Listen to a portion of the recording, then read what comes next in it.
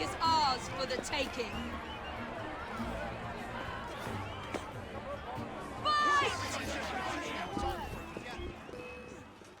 Hi, I'm Rob Cram, and today we're taking a look at Ubisoft's latest yearly release of Assassin's Creed with the London-based Assassin's Creed Syndicate, which is set during the late 1800s and presents new protagonists and brother and sister act Evie and Jacob Fry. In a nutshell, the game retains its now overly familiar elements from past glories and wraps them up against a more industrialised and dreary backdrop than ever before. Whilst the City of London has its architectural moments, the Industrial Revolution is home to mechanised madness and smogged field skylines. There's no denying right off the bat that London is the most grimy, dark and moody setting of the series yet. But in stark contrast to this, Ubisoft has opted to bring family-friendly entertainment with the Fry siblings, which is the first of many disappointments. On paper, the switching between male and female characters is a good one, as players can have fun not only swapping skins, but undertaking separate missions with their own story arc. However, whilst the characterisation is fairly competent here, albeit a touch predictable, the end result rests in the realms of the same gameplay regardless of who is selected. Jacob is a competent fighter and Evie excellent at stealth, but there's little difference if you swap roles, especially as both share the same set of skills, which are unlocked as you earn XP. The biggest disappointment with the two characters is how they are presented. Rather than opt for a mature anti-hero approach fitting with the game's blackened, soot-filled setting, the fair and bright actions of these two noble assassins make for a light-hearted take on gang warfare across the city streets. Sure, there's much killing without consequence or conscience, but the admirable goals are never crossing any boundaries beyond typical gaming tropes.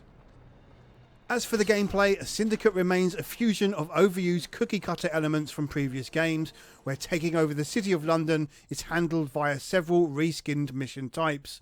You scale landmarks to open up areas of opportunity on the map, engage in capturing opposing gang strongholds, rescue child labourers, hunt down specific Templar targets, and probably the worst addition to the series outside of dreaded tailing missions are bounty hunts, which are inexcusably poor and have you capture and escort an enemy to a carriage and then drive them off to a safe point whilst being hounded by the enemy every step of the way.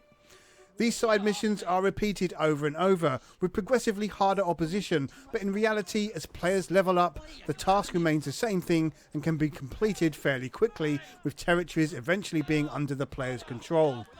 Sadly, the game offers no real rewards for cool and calculated play, which is always there as an option, but due to the awkward and often unfair stealth mechanics, means players are better off just going toe-to-toe with the enemies until they are the only ones left standing. Stealth should be a big part of the game, and when it does work, feels satisfying and accomplished, especially during the child rescue and gang stronghold missions, which are arguably the best stealth parts of the entire game.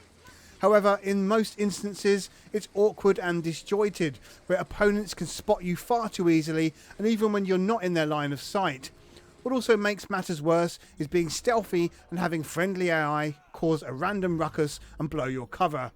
There's much frustration to be had with Syndicate's gameplay for stealth players. The alternative is to be a bruiser, but due to the game's levelling system means combat looks brutally cool, but ends up being boring and lifeless as you hammer away at opponents for an eternity before they drop. The flair and the dance of previous games is gone here, in favour of a more drawn out and visually gratuitous system, which only favours those who are appropriately levelled. Anyone looking for a challenge is simply going to be faced with elongated fights which become tiresome. During encounters, the camera can also prove to be problematic, making for awkward angles and panning too close to the characters where it's hard to see where your next opponent is coming from. London is filled with lots of inhabitants as you would expect, but getting around feels like a chore simply because there's too much traffic on the roads, making navigation an exercise in itself. The all-new rope launcher is a great addition to the gameplay for ducking in and out of silent kills, yet as a tool to get around, to avoid the hustle and bustle of the busy roads, it's painfully slow to get anywhere. The free running has been modified as well, opting for unnecessary button controls for going up or down, which often leave you stuck rather than carrying on the momentum of movement. There's simply too many angles here, which means players will grab onto the wrong ledges or face the wrong way, blowing one's cover against the eagle-eyed AI. And when there's a delay in action from button presses, means it's hard to feel like a free-flowing entity gliding across the buildings. There are also issues with button prompts which cause problems if there are more than one in close proximity, making for frustrating moments such as picking up a body when trying to sabotage an alarm, for example. In terms of visuals, credit has to be given to the artists and designers for recreating London during this period. It's got all the right elements to make for probably the best backdrop of the entire series, aside from the lovely tropical islands and blue seas of Black Flag. It's dark, gritty, filled with massive machinery, and captures the flavour of city living in the 19th century very well. However, the game does have its fair share of glitches, which are perhaps expected of an open world game. You'll witness people popping into view quite suddenly, or getting stuck, and on one occasion, as Evie and Jacob make their conquest speech, Jacob is flattened and left as a flashing crumpled heap on top of a carriage. Whilst it's easy to laugh at these moments, it does feel like a game of great ambition marred by a lack of polishing the finer details, which gamers are going to notice.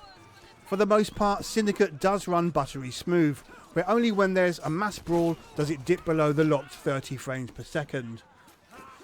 Audio is of a high standard as expected, with pleasant music running through the experience, which ramps up the tempo to accompany the increase in action. The voice acting is excellent for the most part, although making historic figures such as Charles Darwin and Dickens more quirky than anything seems a bit too playful. Evie and Jacob complement each other well, with a solid script throughout, making their banter enjoyable to listen to.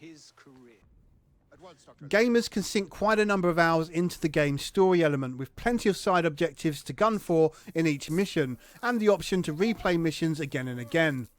There's quite a bit of filler content here though, with the main assassination missions being the best part of the experience, but the least utilised, which is a shame. Players are able to plan their approach during these moments and go for optional targets for sources of information, and makes for a more engaging aspect of the game, which is sadly lost in all of the side content which has you performing the mundane and the open world expected. As usual, there's a ton of discovery by way of chests, collectibles and extra gear to upgrade, which is tied to the level of the characters. Players have to work long and hard to unlock the better weapons, and as you would expect, but sadly a lot of elements which improved the gameplay, such as speedier carriages, better stealth mechanics and such like, are locked behind levelling up, which can take some time. Assassin's Creed Syndicate combines a fantastically realised industrial city with familiar and perhaps overworn gameplay, which after so many years should be well perfected by now. Sadly, it's not, and comes with too many gameplay niggles and annoyances which culminate into a run-of-the-mill experience. This game was a chance for Ubisoft to address the balance and reach great heights like it did with Black Flag. Instead, we're left with a game which is often dull and tiresome, basking in its own tropes which we've seen too many times now. Instead of offering a mature, dark and murderous adventure fitting of the period, Syndicate is just the same thing we've played before under a new guise. It's not inherently bad, as there are flashes of excellence buried amongst the mundane, but overall the game simply can only be described as good because it lacks any genuine wow moments. If you're a hardcore fan of Assassin's Creed games, then Syndicate is worth picking up, but if you felt the series has somewhat stagnated, then this is not going to change your opinion. Assassin's Creed Syndicate scores 7.5 out of 10. I'm Rob Cram, thanks for watching.